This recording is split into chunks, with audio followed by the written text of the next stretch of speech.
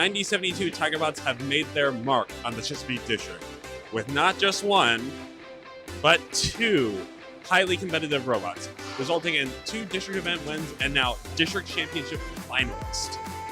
Please join me as I talk to Delphia and Dahani about this amazing dual set of robots that they created and what went into the decision process for all of those. So let's look at the old robot first. What all went into this robot and why you chose it specifically? Yeah, okay, so starting from the intake, we chose to go with a full width intake that was built with robustness in mind. So we have 2 belt runs, 4 rollers attached to 2 motors in the back. And then it's all built out of polycarb, so it's really flexible. It didn't break a single match. We were expecting to have to replace it, but we never did.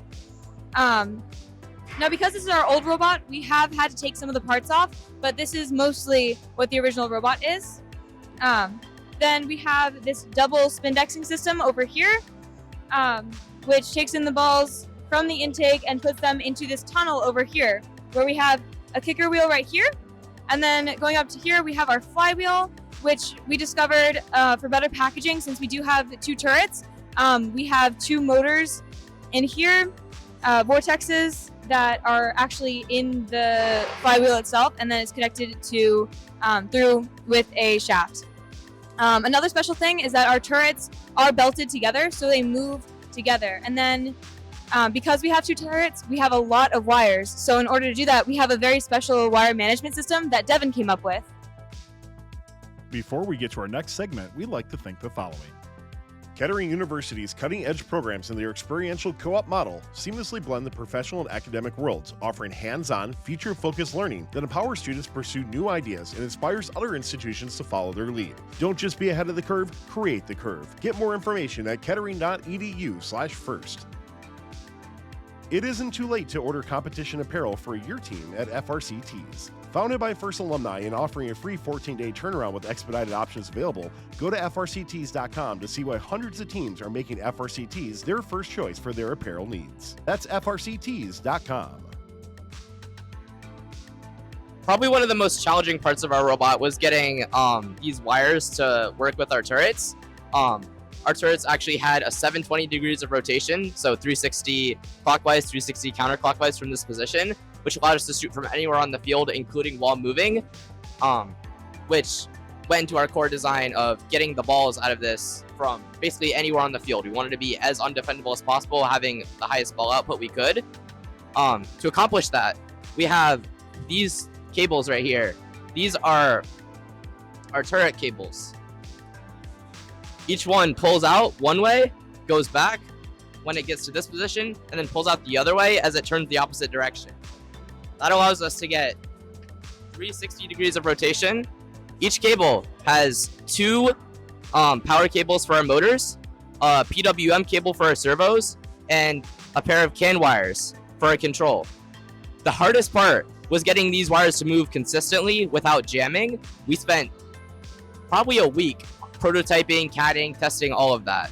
But the end result was that we got perfect control of our turrets and the ability to shoot from anywhere on the field, no matter how many times we spun around, because we had such a large degree of rotation. I'm going to pass it to Dahani to talk about our new robot now. All right, as to why we essentially abandoned our double turret idea, as cool as it was, we realized after watching teams like Citrus Circuits and Cheesy Poofs with 4 balls coming out of their shooter at a time that being undefendable was a little bit less important than pure ball output.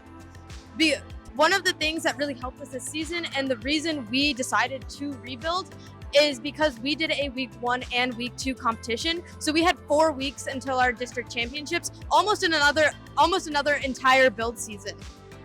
Also, because we had so many reference points, not only from Cheesy Poofs and Citrus, but all of the other teams doing dumper style robots, we were able to pick apart the best parts of every single dumper that we saw and mold it into our own dumper robot.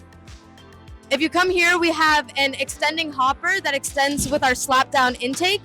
We changed our intake to only have one roller with powered by 2 motors, as exponentially simplified this robot and hopper design. We decided to have a net because we wanted to be able to store as many balls in our hopper as possible. We also have a live bottom that looks very, very similar to Cheesy Poofs, as we thought this was the most elegant and lightest weight live bottom we could possibly make, with the West Coast Products sticky belts, as we call them. Our live bottom also clips into our intake pivot gearbox with a carabiner, which we added during district championships. We then go to our tunnel, which is a line of rollers across the back and then 2 rollers in the front. We only had these 2 rollers originally, but then we decided that there was too much friction throughout the entire system, which was causing inconsistencies in our shot. So that's why we decided to have a roller system in the back, and these are all powered by 2 motors on the back of our shooter here. We then have a steel drum shooter and steel hood rollers. So if Devin, you want to demonstrate the hood, we go from a 12-degree backwards shot to an almost entirely full field shot, which has proved to be really, really useful for us in terms of flexibility and variability.